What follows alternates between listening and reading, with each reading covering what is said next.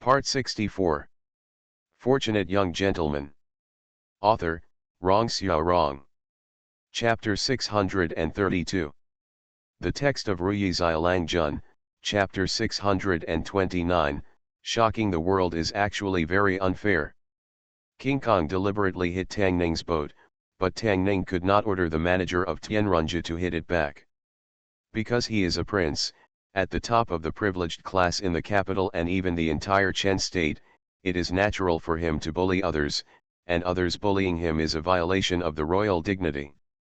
Other things don't matter, anything that involves the face of the royal family is a big deal. Just like Tang Ning's great merits and high official positions, it is impossible to marry Zhao Man, a royal princess, home as a concubine. Today's lake tour, although there were some minor episodes, but it was generally pleasant.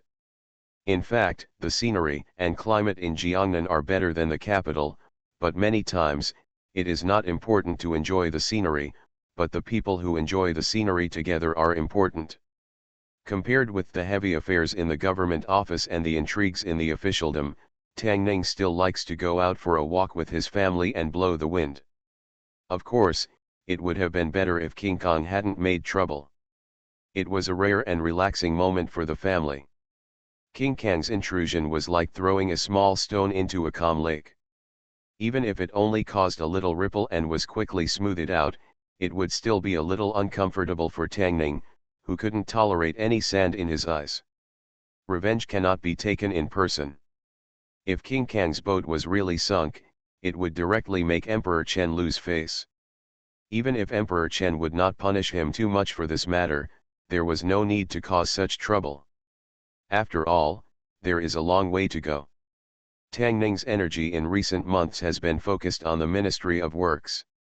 In comparison, the training of Zhou Xiaoyi has been detailed and regularized, and he doesn't need to pay too much attention to it.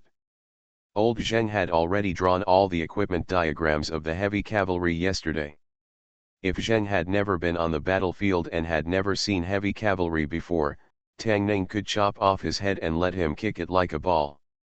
Although Tang Ning was very curious about old Zheng's past, he didn't say much. Everyone has secrets. Old Zheng is not Gong Sun Ying. He has his reasons for not telling.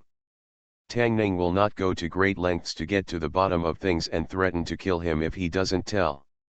The key is that he can't be killed either. Tang Ning needs to hand over these equipment drawings to the craftsmen of the Ministry of Industry to make them. The reason why Emperor Chen restarted this plan is because the grassland cavalry is strong. The Chen army is naturally at a disadvantage when encountering them. Only by having cavalry that is stronger than them can we effectively contain the Sushan cavalry on the grassland.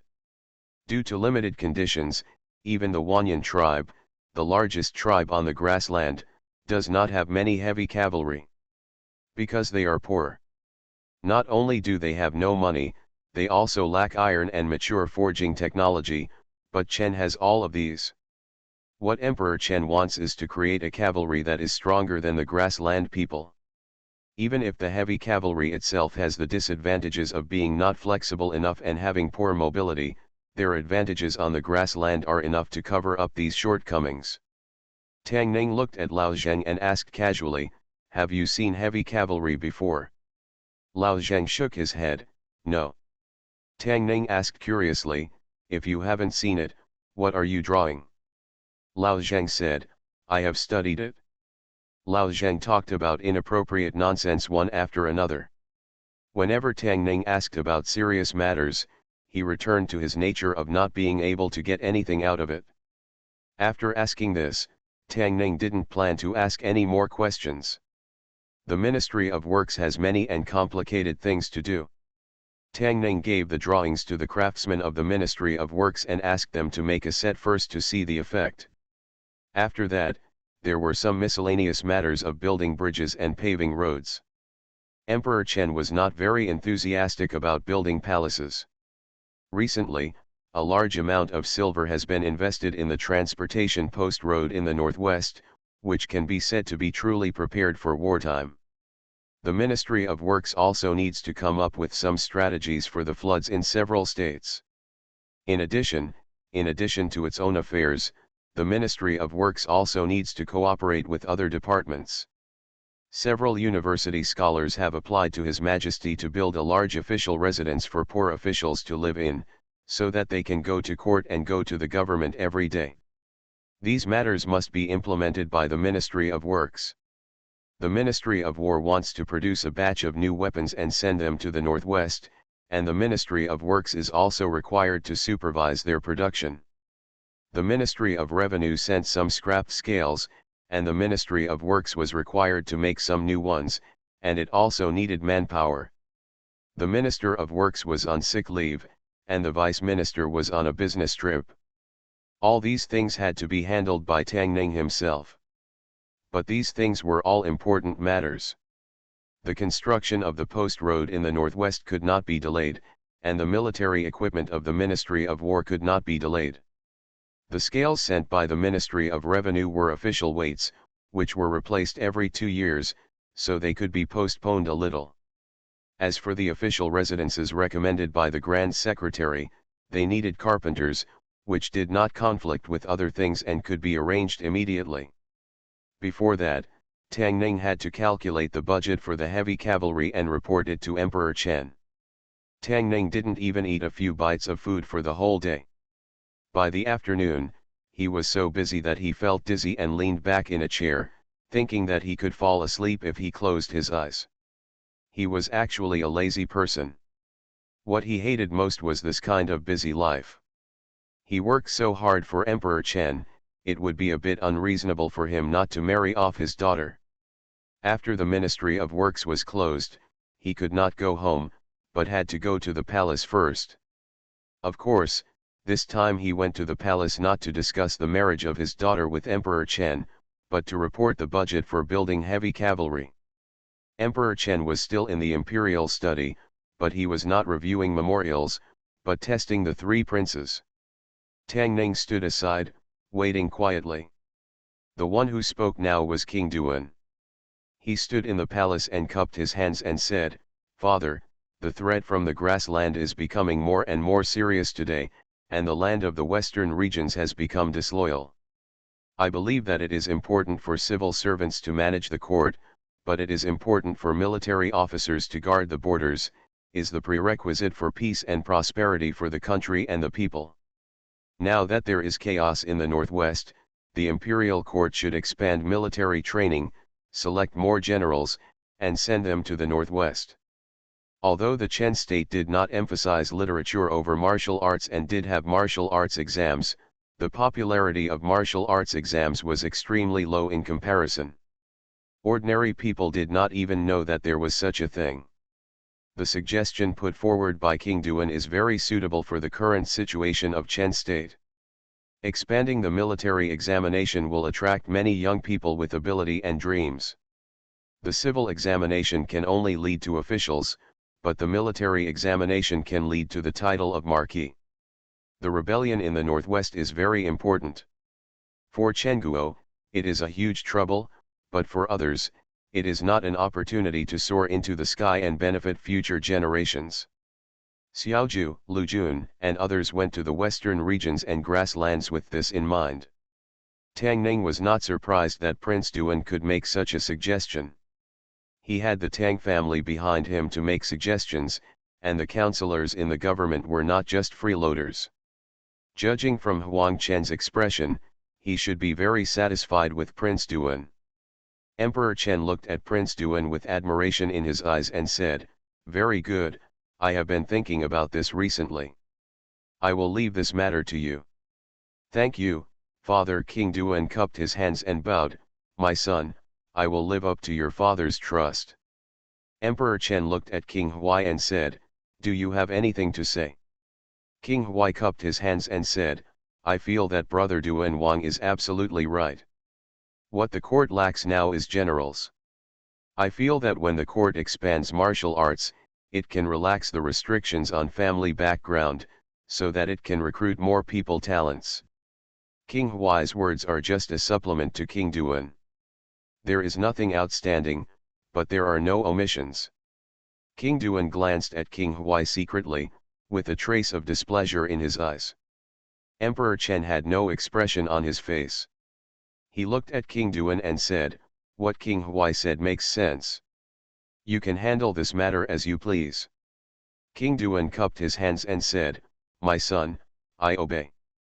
Chen Huang finally looked at King Kong and asked, "What about you?" King Kang's heart skipped a beat.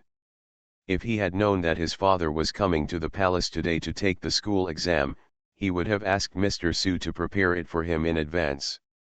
At this time, there was nothing in his mind, and he hesitated. "Father, my son, urchin feels." After hesitating for a long time, he still didn't say anything. Emperor Chen frowned and said, "What have you been doing in the house these days?" King Kang's eyebrows suddenly moved.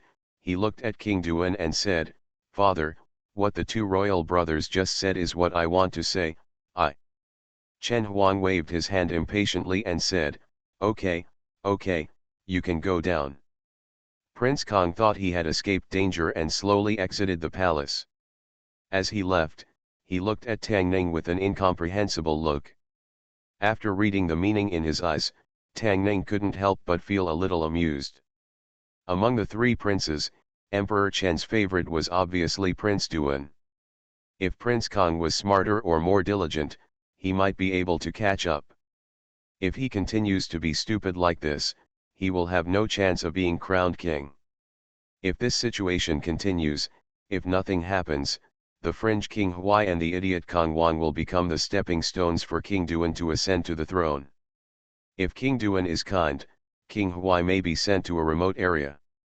From now on, King Kong can prepare for his funeral. After the three princes left, Emperor Chen looked at Tang Ning and asked, "Have you calculated the cost of building heavy cavalry?" Tang Ning nodded and said, "Your Majesty, we've basically settled the matter." Chen Huang said, "I want to build a heavy cavalry team of 100,000 people. How much money do I need every year?" Tang Ning thought for a moment and stretched out 5 fingers. 5 million taels. Emperor Chen breathed a sigh of relief. 5 million taels was enough to cover the expenses of the entire northwest region for several years, but it was still cost-effective to use 5 million taels to build an invincible army. He looked at Tang Ning and said, "I will give you 6 million taels. Give me the best of everything." Tang Ning looked at Huang Chen and corrected, "Your Majesty, it's 50 million taels." Chen Huang was obviously frightened. He stood up suddenly and asked uncertainly, "How much, /13? 13482/. Fortunate Young Gentleman. Author, Rong Xiao Rong. Chapter 633. Remember in 1 second, read the wonderful novel without pop-up window for free. Tang Ning looked at Emperor Chen and repeated, "Your Majesty, if you want to form a heavy cavalry of 100,000 people, you need at least 50 million taels of silver every year." 50 million taels of silver is actually just his conservative estimate. 100,000 heavy cavalry is not just 100,000 horses and 100,000 armors. It also includes horse gear, feed, the cost of hiring blacksmiths and servants, the cavalry's salary, the replacement of horses, the maintenance of weapons and armor, and the loss of expeditions. What's more, there are more than heavy cavalry in a heavy cavalry team. Generally speaking, 100,000 heavy cavalry must be equipped with at least 300,000 or 400,000 auxiliary soldiers, and these money must naturally be included. For a team with 100,000 heavy cavalry, 50 million taels of silver per year is actually not much. After the inner court became rich, Emperor Chen was really arrogant. A few months ago, the court's annual surplus silver was all used for heavy cavalry, which could only maintain a maximum of 10,000 people. 100,000 heavy cavalry could eat up the entire court in a year. If you don't manage the household, you don't know how expensive firewood and rice are. Emperor Chen sat on the dragon throne, so he naturally didn't understand these facts. After being shocked, Emperor Chen frowned and looked at him, asking, "It's just 100,000 heavy cavalry, Why do you need so much silver? Emperor Chen didn't understand the concept of 100,000 heavy cavalry at all. Tang Ning looked at him and patiently explained, Your Majesty, you don't know that 100,000 heavy cavalry not only needs a lot of military equipment and horse equipment, but also needs to prepare cavalry rations and warhorse food and grass. In addition, a large number of auxiliary soldiers, miscellaneous servants, and blacksmiths are needed. These people need food and wages. Not only that, the annual maintenance cost of heavy cavalry is also a considerable amount. 100,000 iron cavalry consumes 50 million taels of silver every year, which is actually not much. Emperor Chen only knew that 100,000 heavy cavalry could sweep across the grassland and be invincible, but he didn't know that it would cost so much silver. If 50 million taels of silver are to be spent every year on these, the court can only sustain for 2 years even if it tries its best. He naturally cannot watch such a thing happen. He looked at Tang Ning, smiled, and asked, the silver in the treasury must be used on the cutting edge. 50 million taels are naturally not available. Tang Iking, do you have any solution? Tang Ning's face darkened. The treasury has no solution, what can he do? 50 million taels is also an astronomical figure for him. If he insists on making up, he can make up, but the question is why he can? He and Emperor Chen are not related, so there is no reason to spend all his family wealth on these. Anyway, even if he raises so many cavalry for the court, Emperor Chen will not marry his daughter to him. Emperor Chen's budget for heavy cavalry is only 5 million taels, so he can only reduce 100,000 heavy cavalry to 10,000. 10,000 heavy cavalry, plus other accompanying arms, are enough to pose a great threat to the grassland. More numbers are just a waste of resources.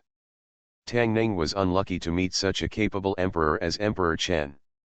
With his current attitude towards spending money, he might have to go to Jiangnan again in less than 2 years. 100,000 became 10,000, and the workload was not small. While Tang Ning asked people to speed up the construction, he also had to deal with other miscellaneous matters of the Ministry of Works. 5 million taels of silver only exchanged for 10,000 heavy cavalry. Emperor Chen was obviously a little unhappy, so Tang Ning could only save a little and spend every penny in half. The official residences requested by the 2 university scholars have been built by the craftsmen of the Ministry of Works. Tang Ning had instructed the responsible master craftsmen from the beginning to keep everything simple. Under the premise of ensuring safety, the official residences should be economical and livable. Some overly fancy things should be reduced as much as possible. Some places can be reduced, and some places cannot be reduced. The military equipment required by the Ministry of War is related to the lives of soldiers, so it must be extremely cautious and strictly follow the standards. No weight or weight can be reduced. The doctor of the Ministry of Industry sent a new batch of military weapons samples. These were randomly selected.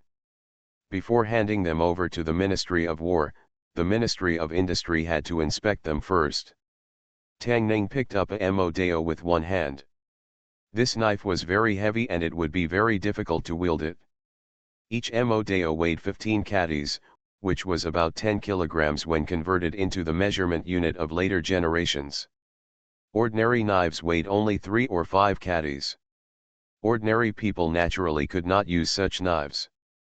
Those who used such weapons on the battlefield were the most courageous warriors. Tang Ning threw it to Lao Zheng and said, "Let's see how the 15 catty mo-dao looks like." Lao Zheng was the ancestor of knives. Whether the knife was good or not, he had to say. Lao Zheng took the knife, lifted it in his hand, and said, "The knife is a good knife. It weighs 13 catties and 9 taels, not as much as you said. The knives produced by the Ministry of Industry are all standard. If they say they weigh 15 catties, they are 15 catties. They can fluctuate within a small range around this number, but 1 tael more or less is absolutely not allowed, and 1 catty or 1 tael less is even more impossible." Tang Ning looked at a clerk and said, bring me a scale.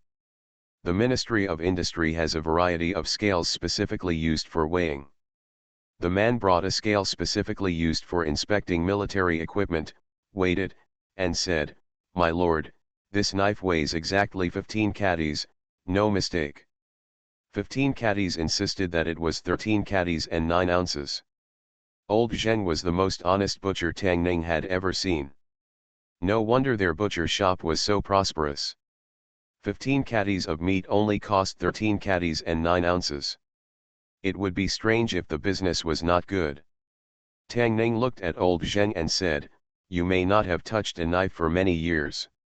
It's normal that the feel is a little worse." Old Zheng put the weights on the scale in his hand and weighed them. He looked at him and asked expressionlessly, "The knife weighed 13 caddies and 9 ounces and weighed 15 caddies. How many caddies and ounces do you think this 15 caddies weight weighs?"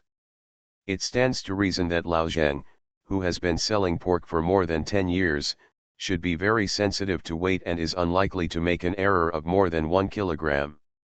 Tang Ning thought for a moment, looked at the clerk, and said, "Bring me another weapon of power." Weapons are weights. The Ministry of Industry made many kinds of weights according to their uses. The clerk quickly brought another set. Tang Ning used a 10-pound weight and a 5-pound weight, and the 15-pound mo weight. After the knife was lifted, there was no sign of the scale beam rising. Tang Ning continued to move the rope on the scale beam. After passing the 14-pound and 13-pound positions, the scale beam showed some signs of lifting. Tang Ning had an expression of interest on her face. The same knife weighed 15 kilograms with one set of weights, but it didn't even weigh 13 kilograms with another set. The problem was obviously with the weights. Tang Ning asked the clerk to go out, find a butcher's shop on the street, and borrow the scale from the shop. Use this pole to weigh the mo deo. The knife weighs 13 kilograms and 9 taels, exactly the same. Tang Ning looked at the second set of weapons and asked the clerk, "Where are these weapons sent?" The little official's face turned pale and he said in a trembling voice, "Hui, sir, they are sent to salt farms in various places." The weight of the weapon used to test ordnance was obviously insufficient, so the knife was weighed. This shows that the material was corrupted. The pound or two may have gone into someone's pocket. There are so many ordinances coming out of the Ministry of Industry, a little less here, a little less there, which adds up to a very considerable number. As for those sent to salt farms in various places, the situation is exactly the opposite.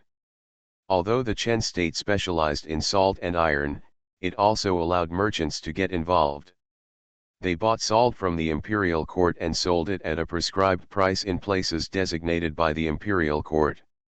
The weight of these 15 kilograms of power obviously exceeds 15 kilograms, which means that the salt merchants took more than 15 kilograms of salt from the imperial court, but only paid 15 kilograms. This is the wool of the imperial court. The emperor snatched money from his hands. As for those who have the guts to steal money from Emperor Chen. Tang Ning threw the knife on the ground and sighed, "It's really a shame." You are listening to Novels at Bless Up channel. Wish you happiness and luck. Please subscribe to receive new novels. How do you feel about this novel? Please like and leave a comment. Fortunate Young Gentleman. Author, Rong Xiao Rong. Chapter 634. In the past 2 years, Tang Ning has traveled to 6 departments, from the Ministry of Household Affairs to the Ministry of Industry, and has seen too many things. This chapter was first published, Love, You, Sound, Novel Network. Please remember the URL. Among the officials in the 6 departments, there were some who were corrupt, some who perverted the law, some who were doing nothing but living in secluded positions, and some who formed cliques for personal gain. It cannot be said that there were no truly clean officials, but Tang Ning did not see many of them. No one is perfect. This saying is true everywhere and applicable at any time. For example, he couldn't ask Tang Yao Yao to have long legs and a curvy figure at the same time, he couldn't ask Zhao Man to be innocent and cute, but also mature and charming like Sumei. Such women are not unavailable, but they are hard to come by. You can't let one person take all the benefits. Similarly, officials in the court have more or less flaws in their character, some love money and some are greedy, but they do their job well and receive unanimous praise from everyone. For example, not many people pay attention to their corrupt private lives. Tang Ning looked at Mo Dao on the ground, and what she saw through it was not one person, but a group of people.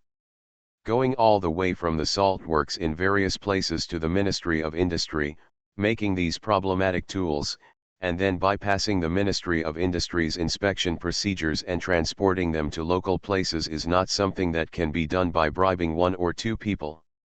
Moreover, it is not just the set of power tools that is problematic. When there should be less, there should be less, and when there should be more, it has formed a complete industrial chain. Collusion between officials and businessmen, poaching the imperial court, and poaching Chen Wang's corners are not the same. You know how many years you have dug it and how much you have eaten. Tang Ning looked at the clerk and said, "Go and find Dr. Zhang." Zhang Hao, a doctor from the Ministry of Water, soon walked in and asked, "Sir, what's wrong with this batch of ordnance?" Tang Ning did not answer his question and asked, "Whose hands are the weapons of the Ministry of Industry being tested on weekdays?" Although Zhang Hao didn't know why he was asking these questions, he still answered honestly, "Sir, these powerful weapons are inspected by Kui Shilang personally every time." Tang Ning sighed softly and murmured, "Servant Kui."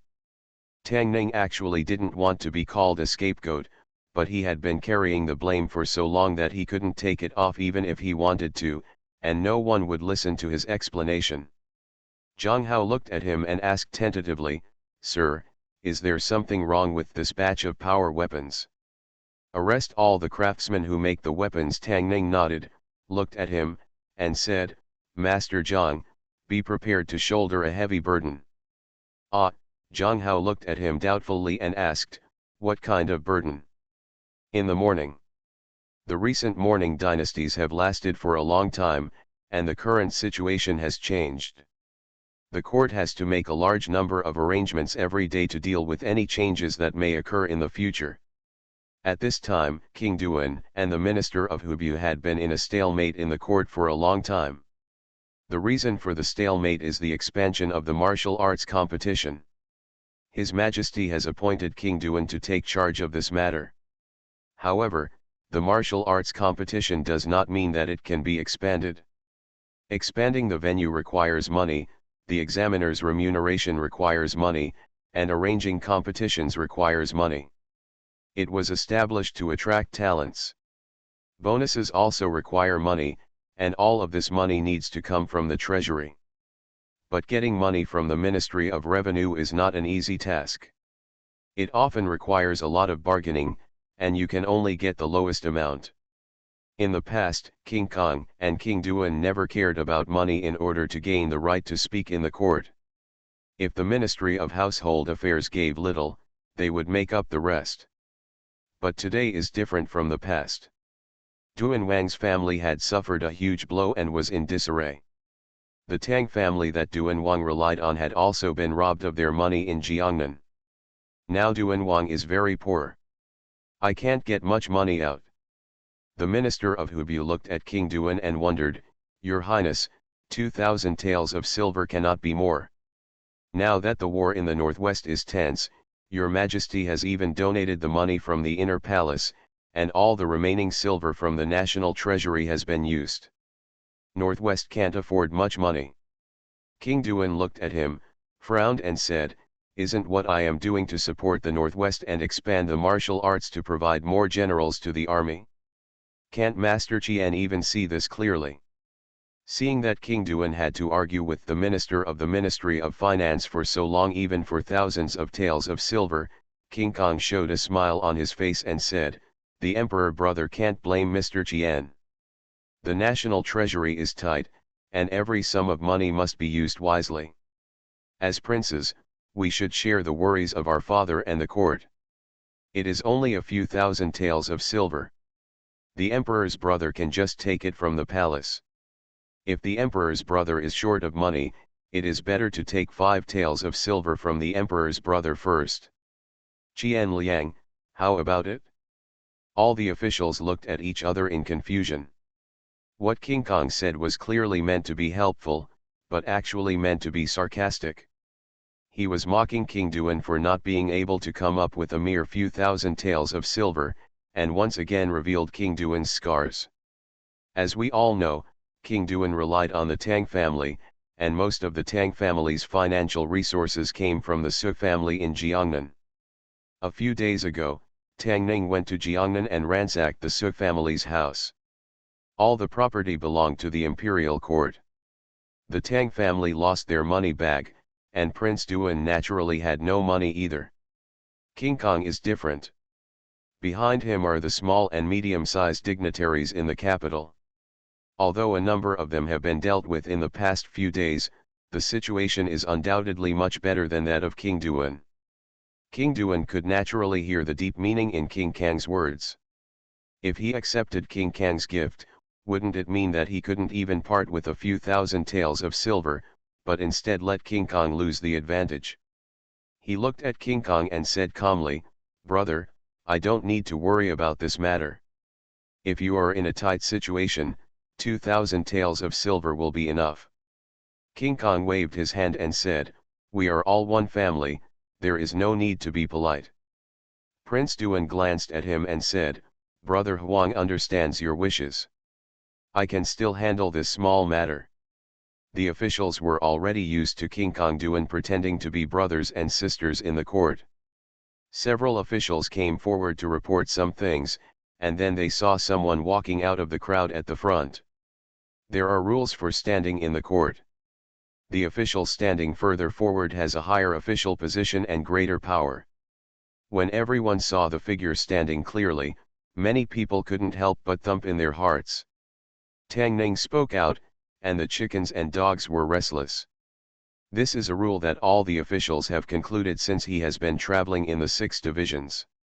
As long as he takes the initiative to speak, there will definitely be nothing good, and there is a high probability that some people will be unlucky. Even Emperor Chen, who was leaning on the dragon chair, couldn't help but sit up straight when he saw Tang Ning standing up and asked, "What does Tang Iking have to say?" Tang Ning cupped her hands and said, "Your Majesty, I have been ordered by Your Majesty to temporarily take over the position of Minister of the Ministry of Industry. However, I unexpectedly discovered that someone had tampered with the power of the Ministry of Industry, and the weapons built were missing. Jin Shaoliang, the weapons sent to salt fields and mines in various places have increased to a certain extent. I suspect that someone has enriched his own pockets and embezzled a large amount of salt and iron from the imperial court. Please take a closer look, Your Majesty." As soon as Tang Ning said this, the court immediately became silent. The Ministry of Industry is the most well-oiled yamen among the 6 departments, and everyone knows this. On weekdays, when it comes to building bridges and paving roads, repairing palaces, and the Ministry of Revenue or the Internal Affairs Bureau allocating money, it is common for officials from the Ministry of Industry to deduct a little in private. As long as there are no major problems, even His Majesty will turn a blind eye. But they dared to lack even a few ounces of ordnance. They were too courageous. They were treating the lives of border officers as trivial and had already touched the bottom line of the imperial court. This is not the most serious thing. The most serious thing is that they actually reached out to salt and iron. The imperial court specializes in salt and iron. In order to nationalize this hugely profitable industry, they actually took action directly on it. Everyone knows that this matter cannot be accomplished by 1 or 2 people. Just pick up the head and shake it, maybe dozens or hundreds of people can come out. King Duan stood in the palace, a little surprised by the news. King Kang's throat moved up and down, and he pursed his dry lips, feeling waves of dizziness. "How courageous!" Emperor Chen stood up from the throne with a sullen face, and said sternly, "Check for me, don't let anyone go." This chapter is first published like Have Voice Novel Network, Please remember the URL. Fortunate young gentleman. Author, Rong Xiao Rong. Chapter 635. Remember in 1 second, read wonderful novels for free without pop-ups. The Ministry of Works is very lively today. Officials from the Ministry of Justice, the Censorate, and the Dali Temple gathered together and re-inspected all the power tools in front of the officials of the Ministry of Works. The officials of the Ministry of Works looked at the inspection results, pursed their lips, and were all unbelievable. Compared with the standard power tools stipulated by the court, the power tools of the Ministry of Works are light and heavy. If the craftsmen who made the power tools were not serious, someone had tampered with them. The possibility of the former can be almost ignored. Even if the craftsmen of the Ministry of Works are not serious, it is impossible to make such a big mistake. What's more, after each power tool is polished, it must go through layers of inspection. Unless someone buys off the inspectors at each level, otherwise this non-compliant power tool will never be sent out for use. So, the craftsmen responsible for making the power tools and all the inspection officials were all taken down by the Ministry of Justice and the Dali Temple. The production of the power tool was the responsibility of the Ministry of Works, and the inspectors were all officials of the Ministry of Works. This time, almost all the officials of the Ministry of Works, from the doctors to the craftsmen, were caught in one fell swoop. As for Minister Kui, the court had already issued an imperial edict to summon him back to Beijing. When the Minister of Works heard the news and hurried from home, the doctor, the deputy director, 3 principals, 5 guards, the book order historian, and more than 10 craftsmen were queuing up to be escorted out of the Ministry of Works by the officials. The Minister of Works looked at the scene and was shocked and said, "What's going on?" The doctor of Tuncheon pursed his dry lips, walked forward, and said, "There is a problem with the power tool made by the Ministry of Works. His Majesty has ordered a strict investigation. All colleagues of the Ministry of Works have been taken away, and the court has also issued an order to recall Minister Kui." Power tool. When the Minister of Works heard these 2 words, he understood the seriousness of the matter. The power tools made by the Ministry of Works were not used by the Ministry of Works, but were transported to salt fields, mines, and other places where measurement was needed.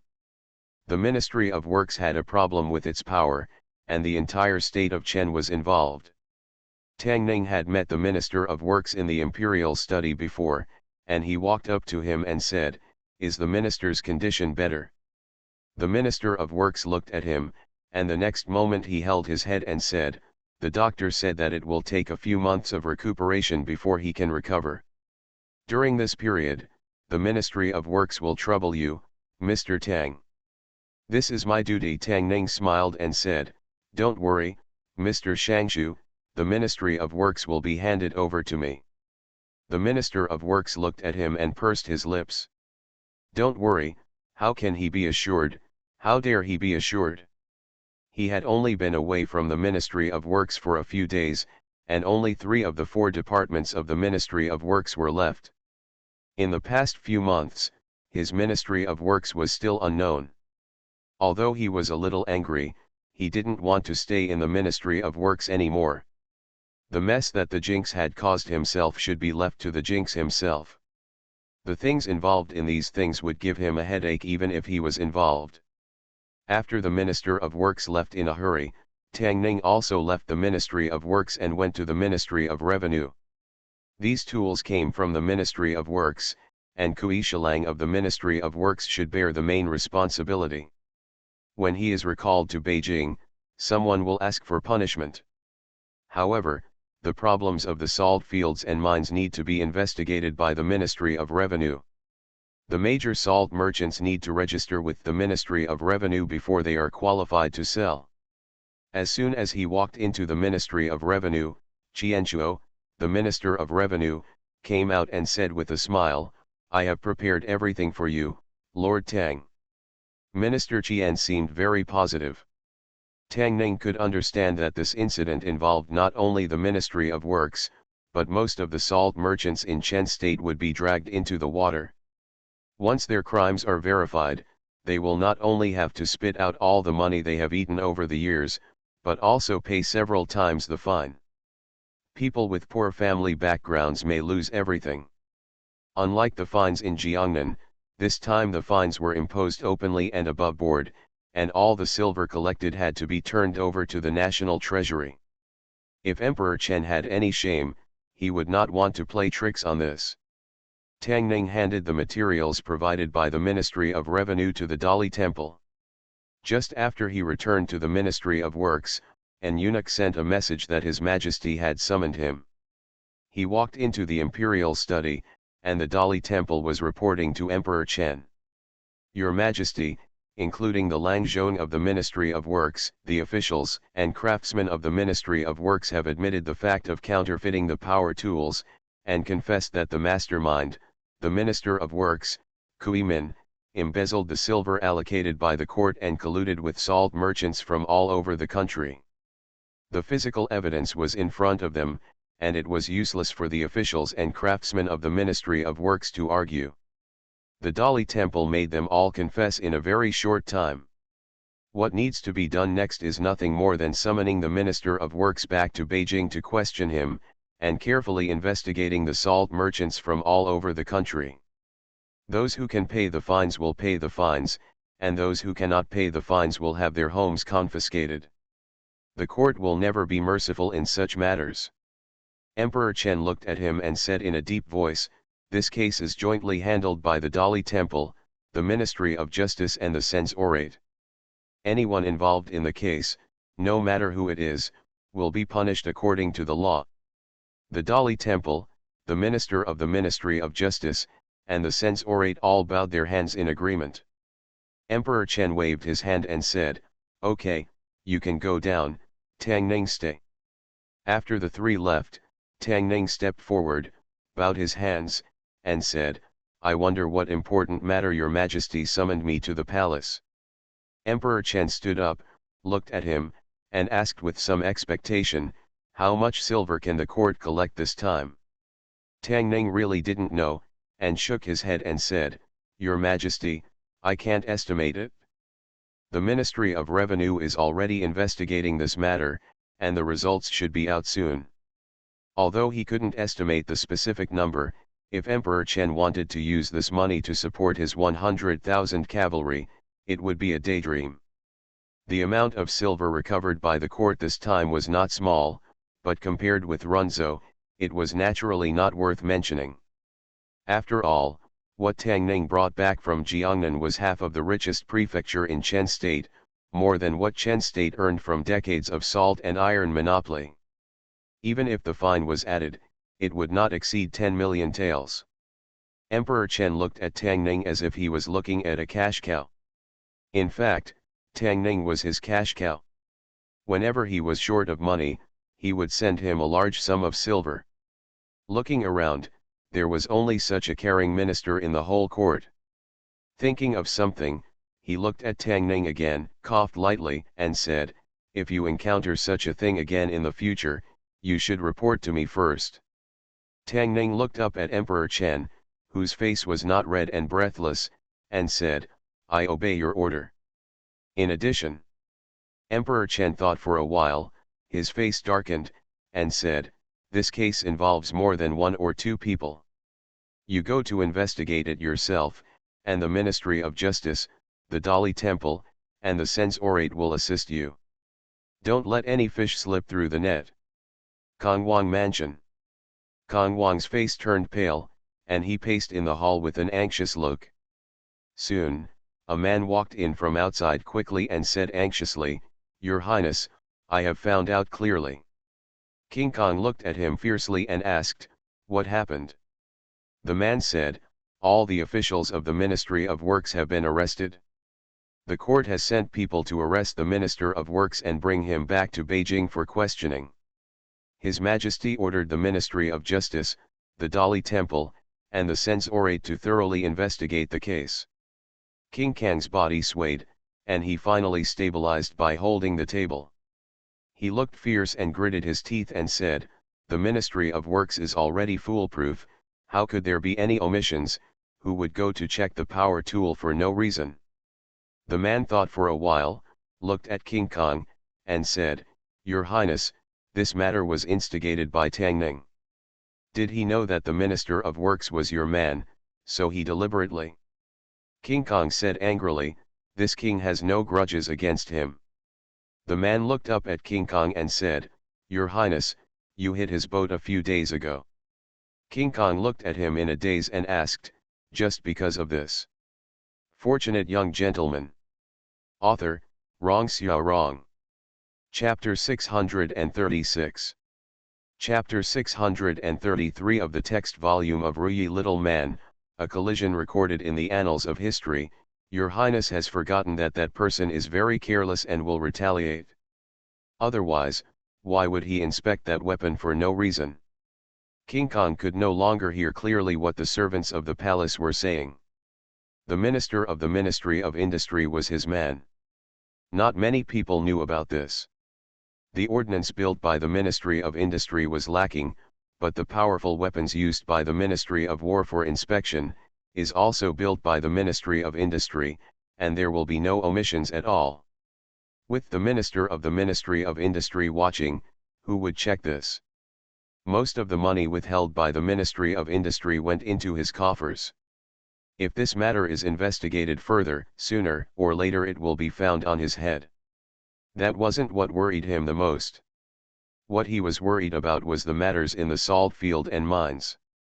Chen Guo has been specializing in salt and iron since the founding of the country. Everyone who can do the salt and iron business has an official background. He followed the salt merchants and found out that they were in the central part of the capital. The dignitaries, and further up, is Prince Kang's mansion. Even if he is a prince, he cannot afford this consequence. King Kong suddenly felt regretful. Maybe he really shouldn't have hit that on the natural lake that day. Kui Min, the minister of the Ministry of Industry, was from King Kong. Behind the major salt merchants involved were some dignitaries in Beijing, and behind these dignitaries were also supported by King Kong. After looking at the information from the Ministry of Finance and the information Su Mei brought him from Tianshanzhu, Tang Ning could swear with his conscience that he was definitely not targeting Prince Kong, let alone avenging him for public or private reasons. King Kong just ordered his men to ram his ship. How could it be such a big deal? How could he punish King Kong to death because of this matter? Of course, King Kong is a prince after all. If it were to be done to others, it would be a serious crime to lose one's head. If it were to be done to him, it would definitely not be a crime that would lead to death, but to him, it would be almost as good as death. As a prince, intervening in the salt and iron affairs has touched the bottom line of Emperor Chen and the court. His behavior is more serious than the embezzlement of taxes and money by Prince Duan. Emperor Chen's treatment of Prince Kong will not be too light. Whether he can even keep his position as prince depends on whether Emperor Chen will take the punishment lightly for the sake of his father and son. Speaking of which, if King Kong was really punished, wouldn't he have indirectly helped King Duan? Tang Ning shook her head. Even if she helped Prince Duan unintentionally, there was nothing she could do about it. Who knew Prince Kong was so bold, but Ordnance and Yan Zheng both dared to interfere. In the royal study, Emperor Chen looked at the Minister of Household Affairs and asked, "Have the fines that the salt merchants have to pay back calculated?" The Minister of the Ministry of Revenue raised his hands and said, "Back to your Majesty, the Ministry of Revenue has already calculated the general amount. According to the problematic tools of the Ministry of Industry, the back taxes that salt merchants from various places will have to pay this time will probably exceed 10 million taels." Chen Huang stood up and asked in disbelief, 10 million taels. The Minister of Household Affairs raised his eyes and thought that His Majesty was frightened by this number. He also thought about sending it to the inner palace. He immediately said, "Your Majesty, the National Treasury has frequently allocated money in recent days. If it is not replenished, I am afraid that even the Imperial Court will lose money. We can't even maintain our daily operations. This time we need at least 5 million taels." Chen Huang has also seen people with 100 million taels of silver, so naturally he will not be scared by 10 million taels. He didn't think the money was too much, but too little. The Ministry of Finance did not dare to falsify the figures because his own expectations were too high. After all, Tang Ning had just brought him 100 million taels of silver from Jiangnan a few days ago. These 10 million taels could no longer make his heart turbulent. The imperial court's total annual expenditure on salt and iron was only a few million taels. After comparing it, Chen Huang realized how big the gift Tang Ning brought him from Jiangnan was. He looked at the nervous minister of the Ministry of Finance, waved his hand and said, "Okay, okay, I'll give you all these 10 million taels." The Minister of Household Affairs looked at Chen Huang and was stunned for a moment, not quite believing his ears. His throat moved, and he asked tentatively, "What your majesty means is that these 10 million taels put it all in the treasury?" Emperor Chen glanced at him and said, "Do I look like an emperor who would covet money from the treasury?" Only then did the minister of Hubei come to his senses, cupped his hands and said, "Your majesty is wise." Emperor Chen no longer asked about the silver, looked at the Minister of Household Affairs, and said, "Given the courage of those salt merchants who dare not touch the salt and iron, who in the capital is supporting them?" The Minister of the Ministry of Industry raised his head, pursed his lips, and after a moment, he mustered up the courage to say, "Your Majesty, I am afraid that this case of the Ministry of Industry has something to do with His Highness Prince Kong." Emperor Chen frowned and said in a deep voice, "What?" The Minister of Hubei said, "The backers behind those salt merchants are certain dignitaries in Beijing, and behind these dignitaries, His Royal Highness Prince Kong should be supporting." Emperor Chen's face was as dark as water, and he said solemnly, "This bastard." Tang Ning, the acting minister of the Ministry of Industry, revealed that the officials of the Ministry of Industry had enriched their own pockets and colluded with businessmen to steal national interests. In a very short period of time, the news spread throughout the capital.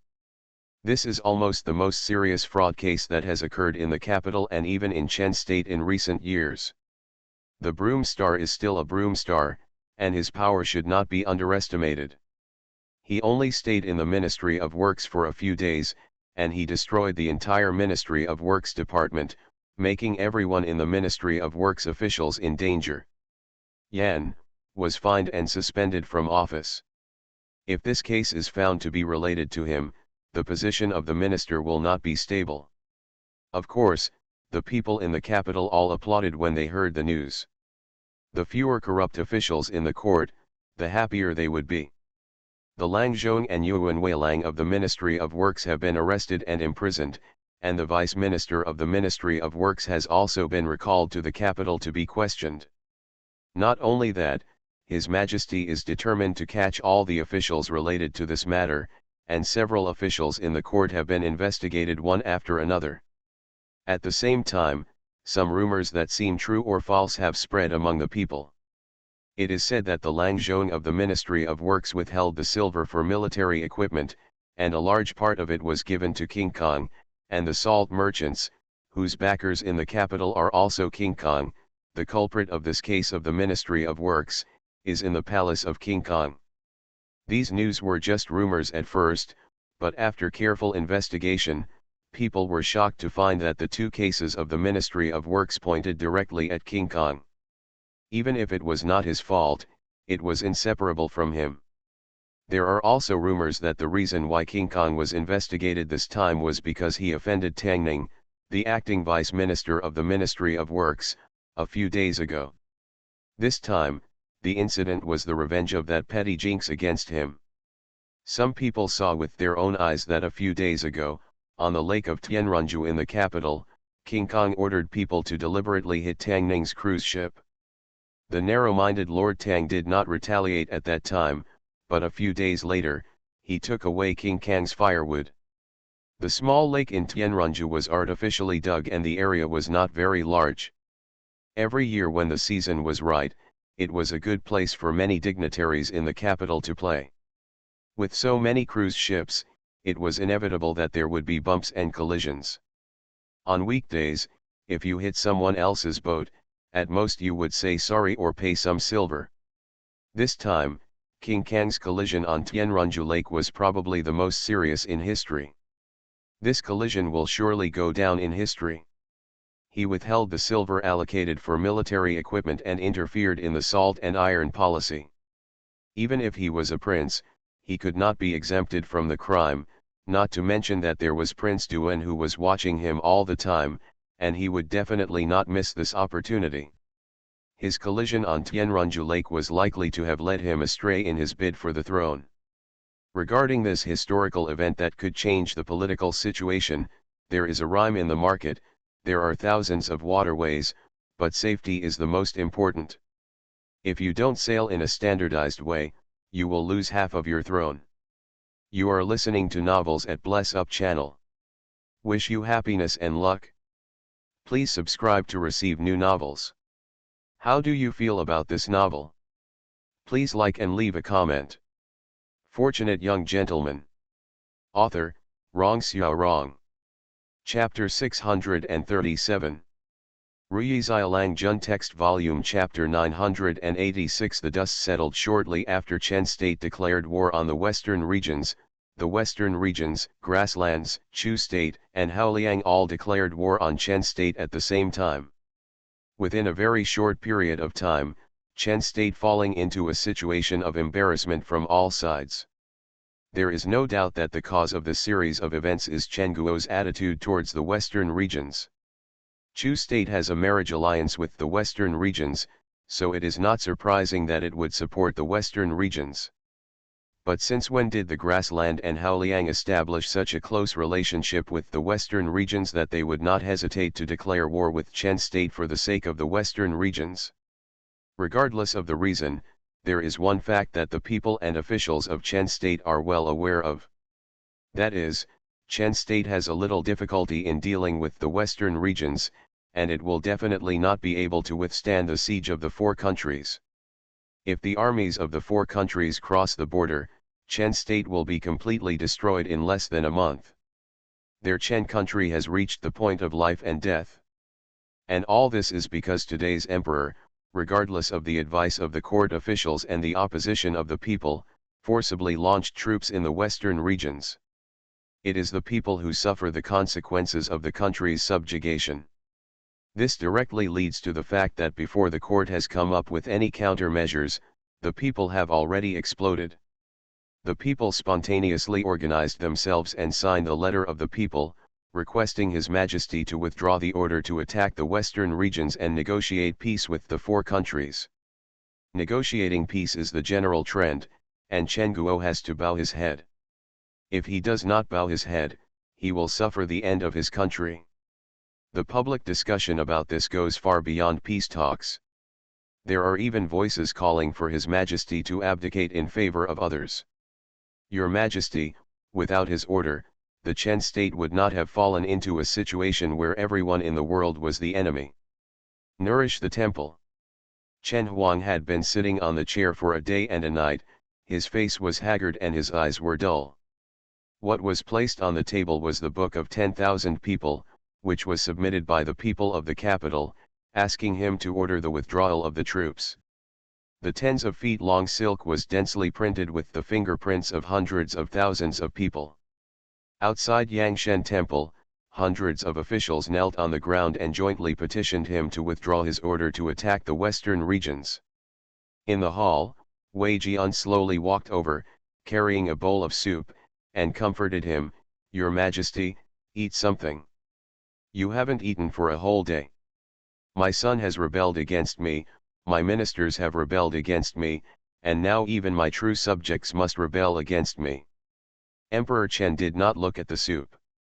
He withdrew his eyes from the Book of 10,000 People and asked in a low voice, "Could it be that is it really wrong?"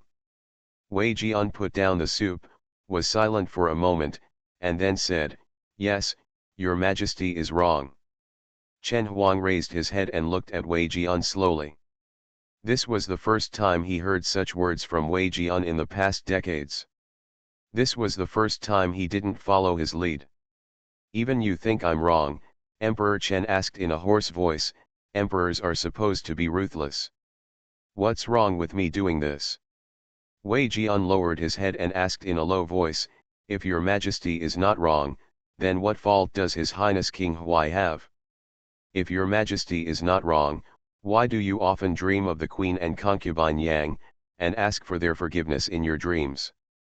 If the fight for the throne should be ruthless, then what's wrong with those officials kneeling outside? Isn't the current king run the same as his majesty more than 20 years ago? Wei Jian looked at him and said, if your majesty didn't feel that he was at fault, how could he have lived so hard for so many years and been awakened by nightmares every night? Emperor Chen lowered his head for a long time before sighing and said, brother, they want to kill me, and my father protects them. I don't regret using those methods to deal with them. The only thing I regret is that I am sorry for Roer and Xian'er. They are innocent, I failed them. I was really wrong. He sat on the chair with a gloomy expression. After a long time, he slowly raised his head and said, let Wang Xiang and others come in. After the atmosphere in the capital was extremely depressed for 2 days, news finally came out from the palace.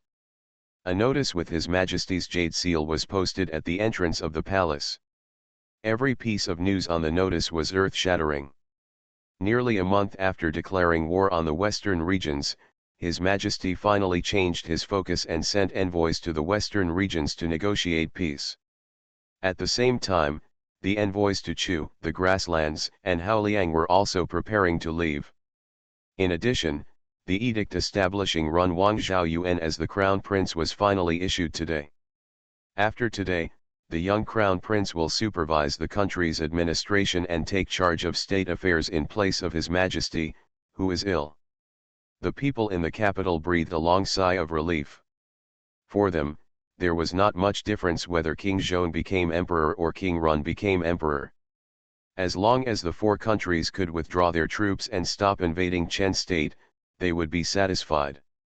Of course, those with a discerning eye know that in this game between His Majesty and King Run and his officials, His Majesty finally took a step back. Although he is still the emperor in name, he no longer performs the duties of the emperor.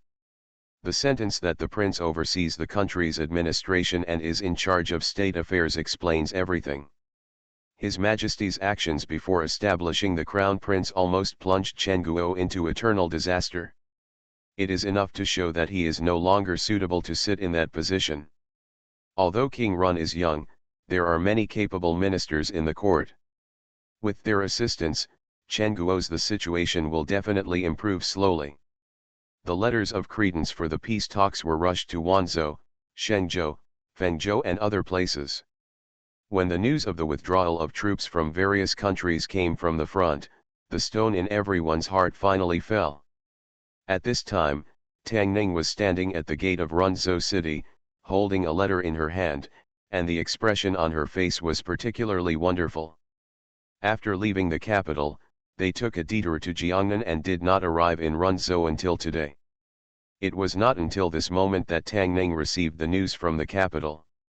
He just learned that after he left, Emperor Chen announced to send troops to the western regions. After the news spread, Chen was surrounded by Sushan, the western regions, Chu, and the later Liang. Even if Chen was powerful, it could not withstand the siege of the 4 countries. Under pressure, Emperor Chen sent envoys to negotiate peace, established Zhao Yuan as the crown prince, retreated behind the scenes, and no longer took care of court affairs. Since then, the court dispute in Chen has officially come to an end. King Huai's ultimate goal has been achieved, and the Fang family has also achieved its own goals. The series of disputes in the capital have finally come to an end. Fang Xinyu finished reading the secret letter in Tang Ning's hand, looked up at him, and asked in confusion, "Brother Tang Ning, our daddy and uncle, traitors?" Tang Ning did not give her an answer. Everyone has a different answer to this question. As for whether they are treacherous or loyal, it can only be left to future generations to judge. After a few years, with the efforts of Tang Yaoyao, Runzhou has become the back garden of the Tang family. Tang has long become a commercial giant in Jiangnan. Tang Ning found the shopkeeper who was in charge of the Runzhou store and asked him about the whereabouts of his parents.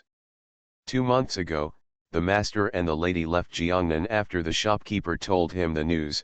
He took out a letter from the box and handed it to Tang Ning, saying respectfully, "Before leaving, the master left a letter for you." They left. Tang Ning was stunned when he heard it. If the two of them had left Jiangnan, then they came here in vain this time. He opened the letter and saw only a piece of paper in the envelope with a line of words on it. "The world is so big, let's go and see it." Tang Ning was stunned for a while, and then a bitter smile appeared on his face. It seemed that they did not want to be disturbed by others in their world of two people. This trip to Jiangnan was destined to be in vain. At this time, the shopkeeper looked at him and asked with a smile, "Miss Tang Shui is still in Runzhou, do you want to meet her?" Fortunate young gentleman. Author, Rong Xiao Rong. Chapter 638. Chapter 635 of the main text of Ruyi Xiaolang Jun, There is no choice. Due to the impact of the Ministry of Industry case, King Kong was demoted from prince to heir by His Majesty. He lost the qualification to compete for the heir apparent and was about to go to a remote fiefdom. King Duan and King Kong have been fighting for so many years, and today, the two finally decided the winner. The king succeeds and the bandit loses. King Kong lost his position as prince today. When King Duan gets the throne, what he loses may be his life. No emperor would allow such a threat to exist. The servants of Prince Kang's mansion have been trembling with fear all day long. Not one of the counselors in the mansion is left, but they cannot escape for fear of angering Prince Kong in the prince's mansion.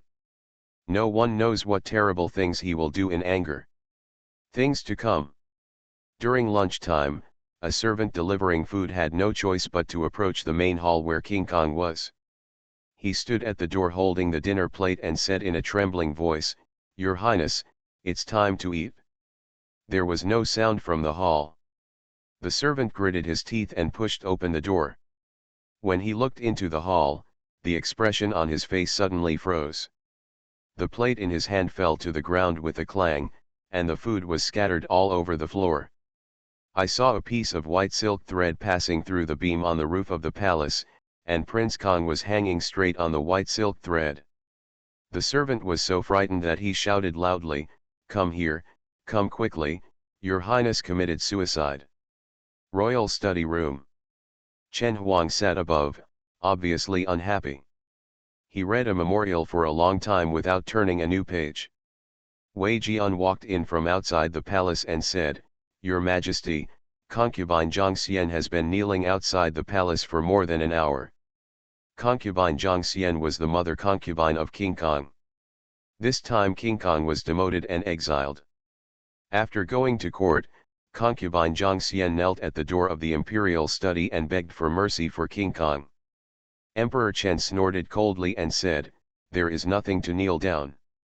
If you make a mistake, you will be punished." He committed such a heinous crime. I didn't demote him to a commoner. It was just for the sake of the virtuous concubine. If he is pardoned, how will he explain it to the officials and the people? This time, King Kong dared to meddle with ordnance and intervene in the affairs of salt and iron, which had already touched his bottom line. Hundreds of millions of taels of silver was a small matter, but King Kang's actions gave him a strong sense of crisis. This is a crisis that threatens the supreme position. Salt and iron have always been the exclusive business of the imperial court. What they fear is that someone will gain huge profits from it and use the salt and iron to raise troops to rebel. He has to be on guard against outsiders, let alone those who are already qualified to go further. Prince Chen Guo is now surrounded by foreign enemies. In a short period of time, he has no idea of handing over the throne. Wei Jian looked outside and whispered, "Your Majesty, concubine Zhang Xian's health has never been good. I am worried that if she kneels for a long time, her body will not be able to support." Thinking of concubine Zhang Xian, Emperor Chen finally showed a hint of unbearable expression on his face and said, "Let the palace maid help her back to the palace." As soon as he finished speaking, a eunuch suddenly ran in from outside. He didn't have time to report. He knelt down in the palace with a thud and said loudly, "Your Majesty, it's not good. His Highness King Kong committed suicide." Cheng a trembling voice came from outside the imperial study room, and then there was no news. Chen Huang stood up suddenly, stared at the eunuch, and said tremblingly, What did you say?" The eunuch buried his head very low and said cautiously, "Back to your Majesty, news came from Prince Kang's mansion just now. His Royal Highness Prince Kong left a suicide note and committed suicide by hanging from a beam. The imperial doctor has already gone to Prince Kang's mansion." As soon as the servant got the news, he immediately reported it to His Majesty. Chen Huang hurriedly walked down from above and said anxiously, "Quick, go to Prince Kang's mansion." In Prince Kang's mansion, Chen Huang, who had arrived in a hurry, just entered the palace and looked at the imperial physician aside and asked, "How's it going? Is Cheng okay?" The imperial doctor immediately bowed and cupped his hands and said, "Your Majesty, fortunately it was discovered early. When we rescued His Royal Highness Prince Kong, he was still alive. Now his life is not serious. He just needs to cultivate for a period of time to make up for the lost vitality." Chen Huang breathed a sigh of relief, and his heart finally relaxed. Although King Kong made a big mistake and disappointed him extremely, no matter how disappointed he was, this was still his son. How could he just watch him die? Emperor Chen walked into the palace, looked at the dying King Kong lying on the bed, and said angrily, "Bastard, do you want the white-haired father and mother-in-law to give away the black-haired people?" King Kong looked pale, with a smile on his face, and said, "I know that my sins are serious, so I can only die to apologize and ask my father to fulfill my wishes." Chen Huang looked at him and became even more angry and said, "Who told you to die?" King Kong laughed sadly and said, "Compared with dying in Chuazhu, I would rather die in the capital. At least this place is closer to my father and mother and concubine." "What are you talking about? Shuo." Before Huang Chen could finish his words, his face was slightly stern. It wasn't until this moment that he realized a problem. If King Kong leaves the capital, he may not be able to reach Chuazhu and will die on the road. After all, he is the eldest son of the emperor. In the eyes of some people, as long as he does not die, there will always be hope of inheriting the throne. He himself was born in the royal family and had seen many royal methods, including the dragon chair under him, which was built on a mountain of corpses and a sea of blood. He looked at King Kong, was silent for a moment, and said, "You stay in the capital to recuperate first, and we will talk about going to the fiefdom in 2 years." King Kong coughed twice and said weakly, "Thank you, father." When he returned to the palace, Chen Huang's face was extremely ugly and he was worried. At a certain moment, he finally asked, "Do brothers have to kill each other and fathers and sons turn against each other for the sake of a throne?" Wei Jian was silent for a moment, then said, "In the eyes of some people, desire is above everything else. Not everyone is as sentimental as your Majesty." Emperor Chen thought for a while and asked, "Do you think Ming'er is such a person?" Wei Jian smiled and said, "His Royal Highness Prince Duan is your Majesty's son. Your Majesty should know him better than anyone else." "Yes, I know him." Emperor Chen was silent for a while, then said, "He is more suitable to be the emperor than Cheng but if he becomes the emperor, Cheng will definitely not live."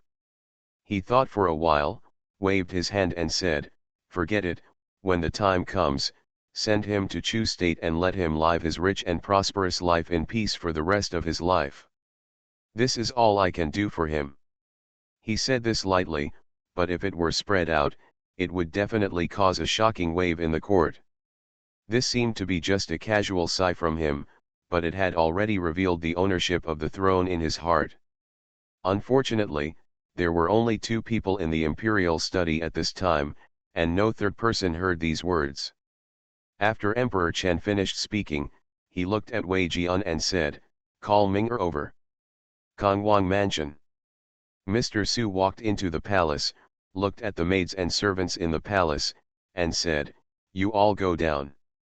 On weekdays in the palace, Mr. Su's status was only below that of Kongwang. These servants responded and left in a hurry, closing the palace door. Mr. Su looked at King Kong and said, "Your Highness has suffered.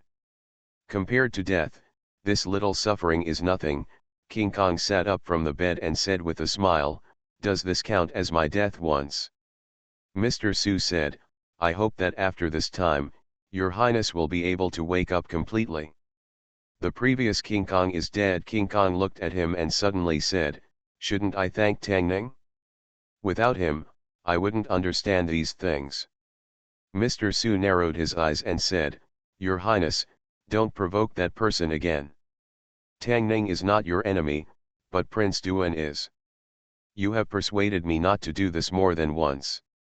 I want to go against him." King Kong looked at him and asked, "Are you afraid of him?" "I am afraid that your Highness will repeat the same mistake." "Facts have proved that my idea is correct," Mr. Su said lightly, changing the subject. "What did your Highness understand?" Kong smiled self-deprecatingly and said, "My father's heart has always been biased towards Zhao Ming. At the beginning, he moved the tax silver of the treasury. The crime was not much lighter than mine. I remember how my father punished him very clearly." Mr. Su asked, "So, your Highness knows what to do next?" Kong smiled and asked, "Does my king have any other choice?" Fortunate Young Gentleman. Author, Rong Xiao Rong. Chapter 639. The Imperial Palace, the Imperial Study. The summoned Prince Duan hurried to the door of the Imperial Study, looked at Wei Jian standing at the door, and asked, "Is my father inside?" Wei Jian smiled and said, "Your Majesty has been waiting for you for a long time." King Kong had just been deposed as a prince, and he was summoned immediately. Although Prince Duan didn't know what the summons were for, he felt like he was in for a great pleasure. He took a deep breath, suppressed his joy, and strode into the palace. Wei Jian didn't follow him in this time. He watched Prince Duan walk in, silently closed the door, and stood guard at the door. Prince Duan walked into the imperial study and saw that there was no eunuch or maid in the palace. Only Emperor Chen was sitting above. He walked into the palace and bowed, "Father." Emperor Chen put down the memorial in his hand, looked at him, and said, "Come up and sit." Prince Duan then discovered that there was a chair opposite Emperor Chen. This was the first time in so many years that he had the opportunity to sit face to face with his father. After he sat down nervously, Emperor Chen looked at him and said, "Your brother, Prince Kong, withheld the silver for military equipment. As a prince, he interfered in the salt and iron policy, which is unacceptable by law. I had no choice but to depose him. What do you think about this?" Prince Duan immediately stood up and said solemnly, "I will definitely take this as a warning, do my own job well, and never overstep my bounds." "Sit down." Emperor Chen nodded, looked at him, and said, "You don't have to be like him. Sooner or later, I will hand over this world to you. Everything will be yours, so you don't need to use these means." Prince Duan heard this and trembled violently. He stood up subconsciously, with a trance on his face, and he didn't believe his ears. He had been fighting with Prince Kong for so many years, and he had waited for this sentence for too long. When he really waited for it, he felt like he was dreaming. Prince Kong was defeated, and he was about to become the future prince, the future emperor, but he had obviously done nothing, let alone made such preparations. After finally coming back to his senses, he looked at Emperor Chen and said quickly, "Thank you, father, thank you, father." Emperor Chen looked at him, who was so excited that he could hardly control himself, shook his head and said, "Sit down." Prince Duan then sat down again, his eyes flashing, his fists clenched and unclenched in his sleeves, his body trembling slightly with excitement. Emperor Chen looked at him and said, "I summoned you here today because I have something to say to you." Prince Duan said solemnly, "Father, please speak." Emperor Chen said, "I have decided to pass the throne to you, but I will not immediately appoint you as the crown prince. In the days to come, you must be more diligent than before, set an example for all officials, and use your achievements to tell them that I did not make a mistake in choosing you." Prince Duan said respectfully, "I will remember your father's teachings and will work diligently in the future and not let you down." Emperor Chen nodded and said, "When you reach my position, you will understand some things, but there are some things that I hope you understand now." When he said this, his tone became serious, and Prince Duan's expression became solemn. A monarch should have a broad mind. A narrow-minded person will not be a good emperor. Emperor Chen looked at him and asked, "In the past 2 years, your party has suffered heavy losses at the hands of Tang Ning. Do you hate him?" Prince Duan's expression froze when he heard this. Emperor Chen continued to ask, "Are you thinking that when you ascend the throne, it will be the time to settle accounts with him?" Prince Duan opened his mouth, my son, you want to be the emperor, and the people closest to you are the people of the world, not a certain family, let alone a certain person." Emperor Chen looked at him and said in a deep voice, "If every emperor thinks like you, what's the use of the censorate, and what's the use of all the censors and ministers in the court?" Under the pressure of Emperor Chen's momentum, Prince Duan's forehead was covered with cold sweat, and he was submissive and did not dare to speak. A Tang Ning, who brought 10 years of tax silver from Jiangnan to the national treasury, rectified Jiangnan, eliminated rebels, purged corrupt officials from the 6 ministries, and proposed a method to strengthen the country and the army, isn't such a person worthy of your use? Or do you think that such a loyal minister is not as good as a powerful family that can only cultivate party members in the court and control the government? Do you want a minister who can help you support the country, or an uncle who controls the government and competes with you for power?" Duan Wang wiping the cold sweat from his forehead, he stood up and said in a trembling voice, "I am confused, thank you for your enlightenment." Emperor Chen looked at him and said, "Sit down, I haven't finished speaking yet." After Prince Duan sat up straight, he bowed and said, "I respectfully listen to your teachings. The atmosphere in the capital today is a bit depressing. Although the news of Prince Kang's dismissal has not been announced to the world, the news has been spreading all over the capital in the past few days. As soon as the morning court was over, someone got the news through special channels, and everyone in the capital knew about it. Prince Kang's relative became the heir to the throne, and was exiled to Shuazhu like an exile, which is exactly in line with the saying, if the ship is not in order, half of the throne will be lost. However, this time his throne is not half lost, but all lost. The heir to the throne is not qualified to compete for the throne. If he leaves the capital, he will never come back. After today, everyone can foresee that Prince Duan has already sat half of the supreme position. It's ridiculous that he lost the throne because of a mere ship collision. His Royal Highness Prince Kang must be the most aggrieved prince in the history of the state of Chen. With such good news, the Tang family is still indifferent. These days, the Tang family refuses outsiders. Even the guests who came to visit today were turned away. It is strange to say that when the Tang family was at its most prosperous, it suffered repeated blows and gradually declined. But now that the Tang family has kept a low profile, they have quietly accomplished their biggest goal and become a family that no one dares to provoke anymore. In the Tang mansion, the old man with a broken arm stood behind Tang Hui and whispered, "When Prince Kang arrives in Shuazhu, I will find an opportunity to take action and make him disappear completely." Tang Hui said calmly, "Make it clean and don't leave any more heads and tails." The old man looked at him and asked, "If something happens to King Kong in Shuazhu, will your majesty be suspicious?" Tang Hui looked at him and said, "So I want you to keep your hands and feet clean." His Highness Prince Kong was pampered in the capital. In a place like Shuazhu, the acclimatization and climate are not suitable for him, and he will die without treatment. Isn't it normal? The old man nodded and said, I understand. He turned around and was about to leave when Tang Chi walked in from the outside with a solemn expression and said, some changes have occurred. Prince Kong no longer needs to go to Shuazhu. Tang Hui looked at him and frowned slightly. Tang Chi looked at him and explained, King Kong committed suicide. Tang Hui said, dead. Almost Tang Chi shook his head and said, he was saved by the imperial physician. His Majesty went to see Prince Kang's mansion.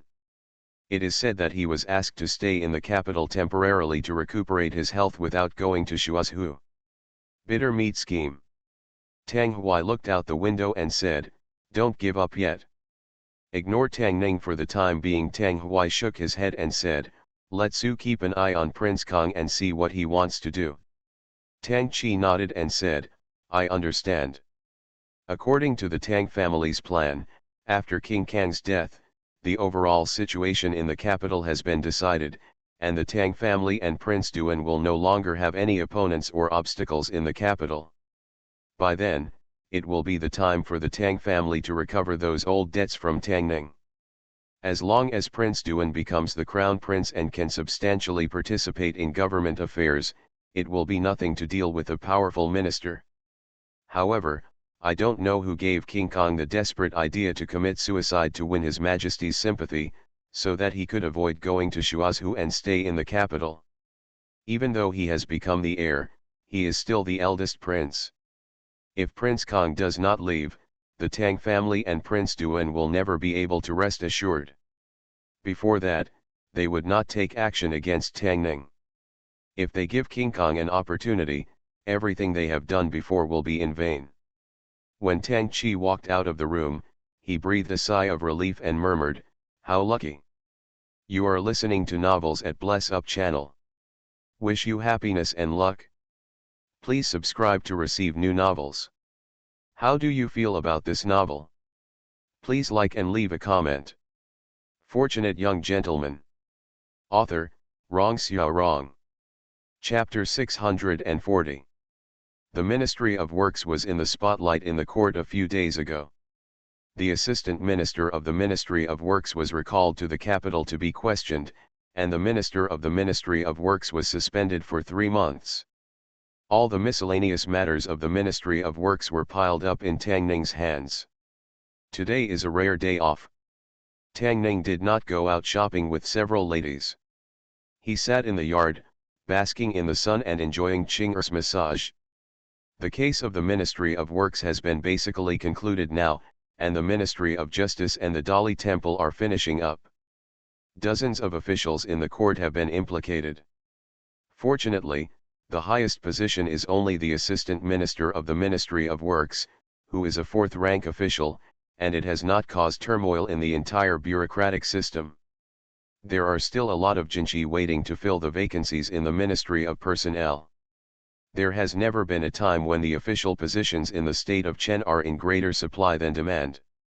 Of course, compared with the affairs of King Kong, the demotion and demotion of these officials are not a big deal. King Kong was demoted from a prince to a successor king, which has cut off his path to the throne. If Prince Duan does not make any big mistakes in the future, he will have no choice but to rebel if he wants to take the throne. And this road has almost been blocked for him. Although King Kong successfully stayed in the capital with a white silk, he no longer had the qualifications to participate in the government. Most of the resources in his hands were transferred to King Hui, and the dignitaries around him were also sparsely left after repeated purges. Although he was able to stay in the capital, he was no different from a useless person. The only advantage was probably that the Tang family and Prince Duan did not dare to take action against him in the capital. If he did not fight for the throne, he could still live comfortably in the capital. After Emperor Chen deposed King Kong, he met Prince Duan soon, which made people think about it. Obviously, King Kong had been eliminated. Emperor Chen was biased towards Prince Duan, and he no longer had to hesitate about who to let be the prince this time. It was just that he was in his prime, and if he established the prince, there would be suspicion between father and son, but after a few years, Prince Duan's entry into the East Palace was almost a foregone conclusion. After all, Prince Kong has no chance. Prince Huai's grandmother doesn't love him, and his uncle doesn't care about him. He is just a foil for Prince Duan. Emperor Chen is not senile. If the throne is not passed on to Prince Duan, will it be passed on to Zhao Yuan, whose mind is full of this sister or that sister? Tang Ning sighed. Look at what he has done. Prince Kong was eliminated, while Prince Duan became powerful. It seems that he dug a hole for himself. Not only that, it is rumored that his broom star divine art has been cultivated to a high level. The minister and the minister can no longer withstand his bad luck. The reason why Prince Kong fell from the clouds to the abyss this time is because he hit the ship of the broom star and was infected with bad luck. Qing'er's soft little hand moved back and forth on his head, and asked curiously, "Why are you sighing, master?" Tang Ning closed his eyes and asked casually, "Is master a broom star?" Qing'er squinted and said, "Who said master is a broom star? Master is Wen Kuxing. Hey, isn't this Master Tang, the broom star? Why are you so idle today? Why didn't you go out to kill people?" As soon as Qing'er finished speaking, a voice came from the direction of the door. Tang Ning opened his eyes and looked at Princess Anyang, who walked in slowly from the outside. He felt a little regretful. He really shouldn't have offended her a few days ago. Never underestimate a woman's pettiness. Tang Ning wondered in his heart, if he had spoken to Princess Anyang in a good way, would he not have gotten into this trouble? Unfortunately, there are no ifs in this world, only the consequences of offending a petty woman. Who would have thought that Princess Anyang, who is very well known in the upper circles of the capital and is known for her noble elegance and generosity, actually has such a petty and mean side? Women, indeed, have more than one side. Tang Ning glanced at her and said, knowing that Tang is a jinx, "Princess, you dare to get so close to me, aren't you afraid that I will also jinx you?" Princess Anyang looked at him and said disdainfully, "You can try." Tang Ning knew that this woman was just looking for trouble, so he was too lazy to pay attention to her. He closed his eyes and continued to enjoy Qing'er's massage. Little did he know that his attitude of disregard would make Princess Anyang even more angry in her eyes. Over the years, wherever she went, she was always surrounded by people. There were countless people in the capital who wanted to be her friend, but this hateful person in front of her said to her in a heartless way that she was not a friend and belittled her appearance, literary talent, skills, and even personality. Although he didn't say these directly, it sounded the same to her.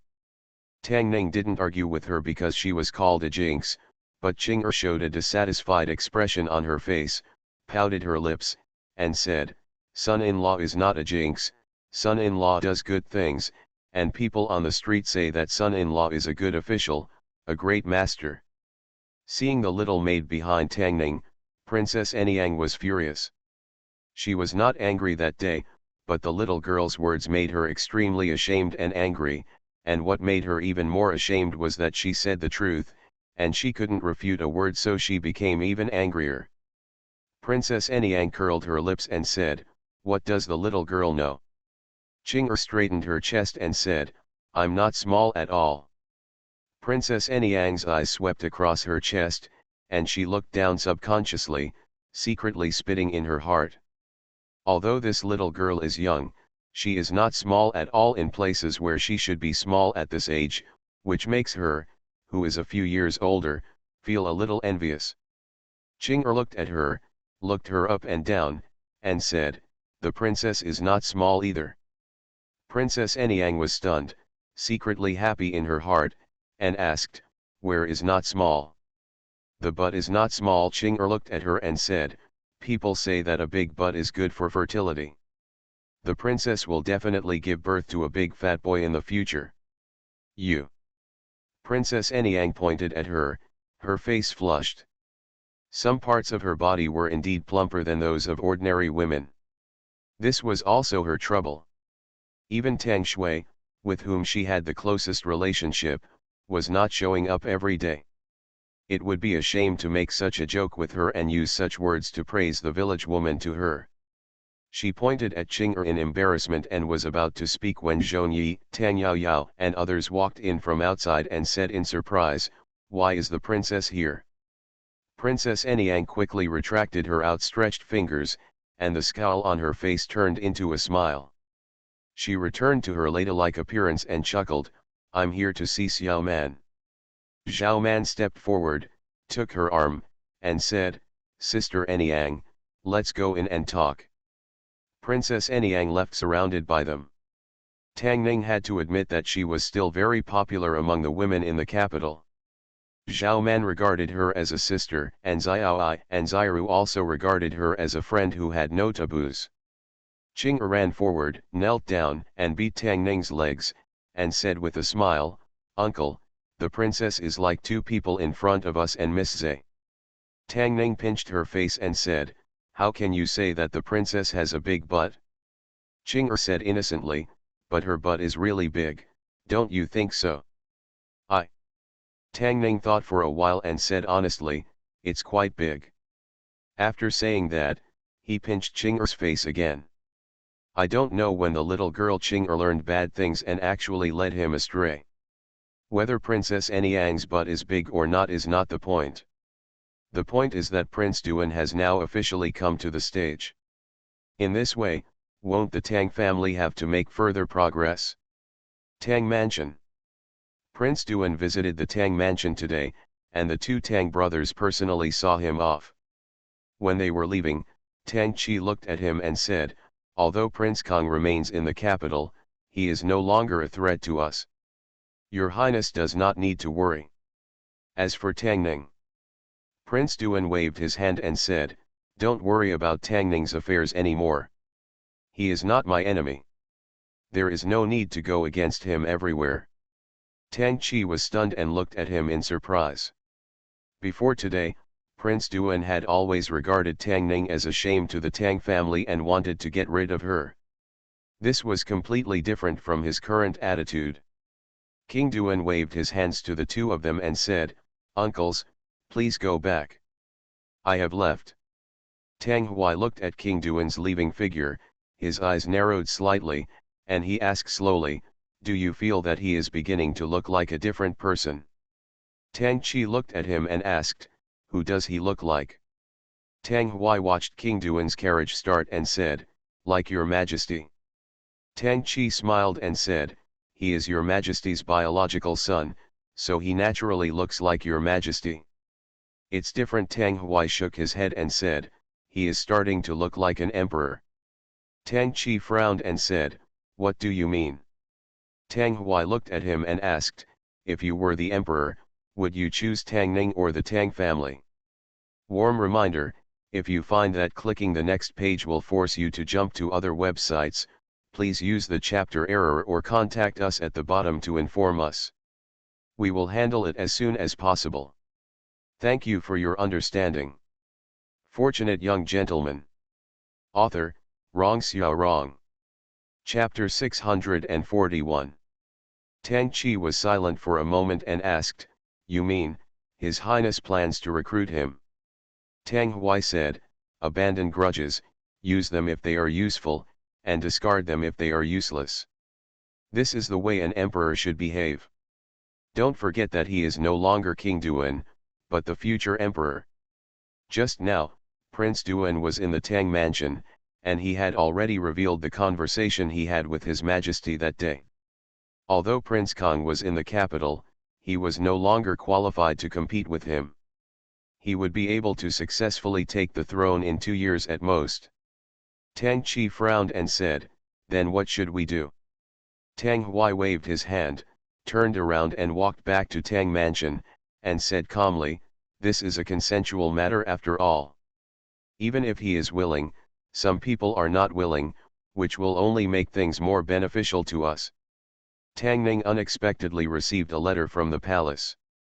Emperor Chen asked him to assist King Duan and be responsible for this martial arts competition. After what happened last time, the Ministry of Industry has enough troubles.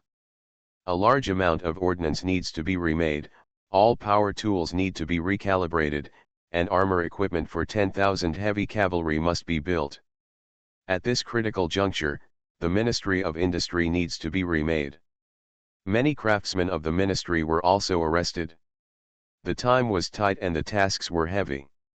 In addition, the time for the Jiangyi Prefecture examination was getting closer and closer, and the Ministry of Personnel was also a little busy. He didn't know the magic of clones, so he had no time to take care of it. What martial arts? Moreover, the wording in Emperor Chen's imperial edict was also very ambiguous, and he was always assisting King Duan. Emperor Chen seemed to be intentionally bringing him closer to King Duan. This is naturally impossible. Tang Ning has always had a clear distinction between grievances and grievances. The people in the Tang family who have a life and death feud with him are Tang Hui and Tang Qi. As for the Tang Shui family, Tang Ning has never regarded them as enemies.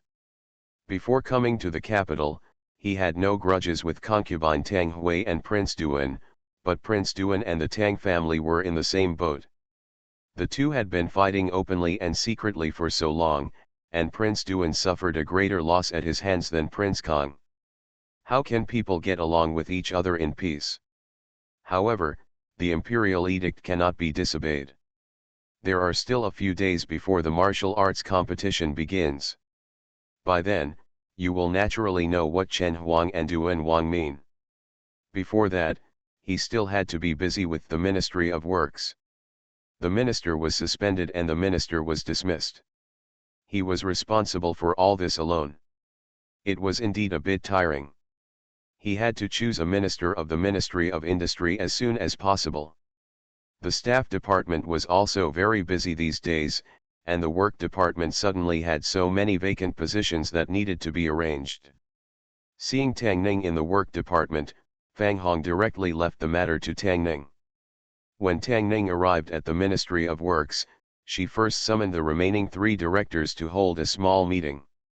The Ministry of Works was already short of people, and most of its affairs were handled by the Ministry of Works department. However, the Department of Works had been completely wiped out from top to bottom. Although these matters are not the responsibility of the other 3 divisions, they cannot just sit back and watch the fun. Tang Ning assigned these tasks, and the 3 of them responded enthusiastically without a word of refusal. Tang Ning was very pleased that the Ministry of Works had such a sensible official. After making these arrangements, Tang Ning looked at Zhang Hao, the doctor of the Ministry of Water Resources, and said, "The Ministry of Works is very busy today. Lord Shangshu has been suspended. Kui Shilang has been dismissed from his post for investigation. I have other important matters. The Ministry of Works urgently needs someone to lead it. Dr. Zhang is here, having served in the Ministry of Industry for many years. You are the most senior official in the Ministry of Industry. The Ministry of Civil Affairs has decided to recommend you as the Minister of Industry. Do you have any opinions on this?" Zhang Hao was obviously shocked by the news. He was stunned and at a loss. The other 2 doctors were stunned for a moment, then came back to their senses immediately and looked at him with eyes full of envy. Zhang Hao, a doctor in the Ministry of Water Resources, was kind to the new Mr. Tang. It was not surprising that he took good care of him in the Ministry of Works. But who would have thought that he actually pulled the former Minister of Works from that position? Help Zhang Hao up. Although the Tunchen doctor said this jokingly, it was just a joke he never thought would come true. After Zhang Hao came back to his senses, his face showed excitement, and he immediately nodded and said, "Thank you, Master Tang, for your cultivation." Tang Ning waved her hand and said, "You're welcome, we will be colleagues from now on." The Ministry of Personnel cannot directly appoint the doctor from the Ministry of Work, but it can decide on the candidate list. Generally speaking, unless the Emperor has an opinion on the candidate ranked first by the Ministry of Personnel, he will acquiesce in the decision of the Ministry of Personnel. There is no stain on Zhang Hao. He must have qualifications, and he must be capable. Basically, it is just a matter of going through a process. The three of them walked out of the Shillang's office. The Tunchen doctor bowed his hands to Zhang Hao with a complex expression and said, "Congratulations to Mr. Zhang on your promotion." Dr. Yu also raised his hands and congratulated, "Congratulations, Mr. Zhang. The Minister of the Ministry of Industry is only of the 5th rank, but the Minister of the Ministry of Industry is the 4th rank. This kind of triple jump in the officialdom is not common. With Zhang Hao's connections, if there is no accident, he may be wasted in the position of the Doctor of the Ministry of Water in his life. Superior. But this fate has arrived. Yesterday, the swallows who were carrying mud together to build their nests suddenly flew up to the branches and turned into phoenixes. The official position of doctor, if you don't have great opportunities in your life, it will end here. But the minister is different. This is the mainstay of an yamen, and it is very possible to be promoted to 2 levels. If you can become a minister in this life, you will have a lot to write on your epitaph in the future. In fact, they originally had such an opportunity, but now they are blocked. Zhang Hao was similar in age to them. When he took the position of minister, there was no hope for the two of them. When he became minister, they could only queue up behind him and bet on who could beat who to death first and survive longer than Zhang Hao. Maybe there is still some possibility. Although the Lang Zhong of Tunchen and the Lang Zhong of Yubu were envious, they were just envious. They did not have the same fate as Zhang Hao. 3 years ago, both of them wanted to stay in the capital and did not want to travel to the remote Lingzhou to serve as examiners, excluding Zhang Hao. 3 years later, when Zhang Hao became the Minister of Works, they could only watch with envy. It seemed that they knew that the Ministry of Works was too busy recently. It was only an hour after Tang Ning submitted the memorial that the imperial edict arrived at the Ministry of Works. Zhang Hao, the former Lang Zhong of Shuobu, was promoted to acting Minister of Works, temporarily acting as the Minister of Works, and exercising the duties of the Minister of Works during the months when the Minister of Works was suspended. The word acting was temporary. As long as Zhang Hao did not make any big trouble in the next few months, the acting minister would become the minister in a few months. Tang Ning breathed a sigh of relief. Finally, someone took over the mess of the Ministry of Works for him. In the next 2 days, he would have a good rest and make up for the lost energy in these days. He left the Ministry of Works to Zhang Hao, and went straight home before the time to leave the government office. Before he reached the inner courtyard, he saw Xiru standing outside the flower bed, admiring the flowers blooming in the flower bed. Seeing Xiru's figure, Tang Ning couldn't help but feel happy. From childhood to adulthood, from Lingzhou to the capital, no matter what happened, she always stayed by his side. Although most of the time, she followed Zhongyi silently without saying a word and never argued with others, there was always a place for her in Tang Ning's heart that no one could replace. He walked over quietly and gently embraced her from behind. Then he noticed something was wrong. From a distance, there was nothing unusual, but when the two of them were tightly together, Tang Ning realized that Xiru didn't have a raised butt like Princess Anyang. Princess Anyang broke away from him, raised one hand high, and said angrily, "Shameless." Tang Ning grabbed her hand and looked at her, saying innocently, "Why are you wearing Xiru's clothes?"